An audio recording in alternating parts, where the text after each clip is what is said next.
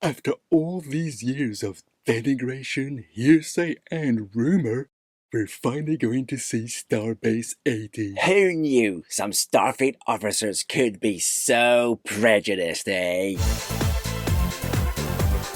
Hey, Commander Fennec here, and a navigational malfunction forces the Cerritos to limp to Starbase 80 for repairs. And all of a sudden, we're fully into some kind of horror story, which I thought was well implemented. Since the start, Starbase 80 has had a terrible reputation, and so we, as viewers, expected something weird to happen, and for the crew of that starbase not to be as competent or even as honest as we might expect from Starfleet officers. Prejudice can be a terrible thing. Well, it didn't help that Mariner had been there before and was desperate not to go back, coloring her view of what was going on.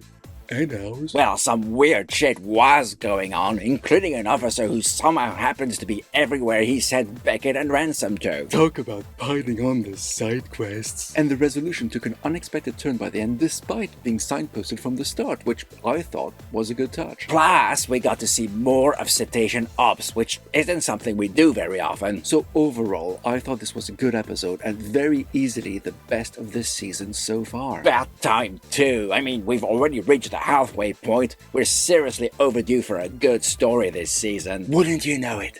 They did do better, eh, McCluck? They sure did. There were a couple of things that didn't work for me, though. The first one was Gene. Not because of what he did, but how did Beckett and Ransom know his name? He never introduced himself, and yet the second time they met up with him, they called him by his first name. A very unprofessional thing to do, by the way. Didn't anyone think he looked a little too much like, the great bird of the galaxy? Roddenberry?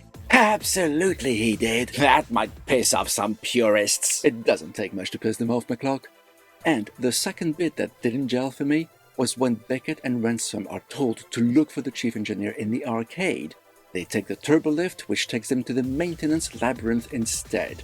And rather than ask to go to the arcade once more, they leave the turbolift and look for the engineer in the maintenance labyrinth, which they know isn't where he is.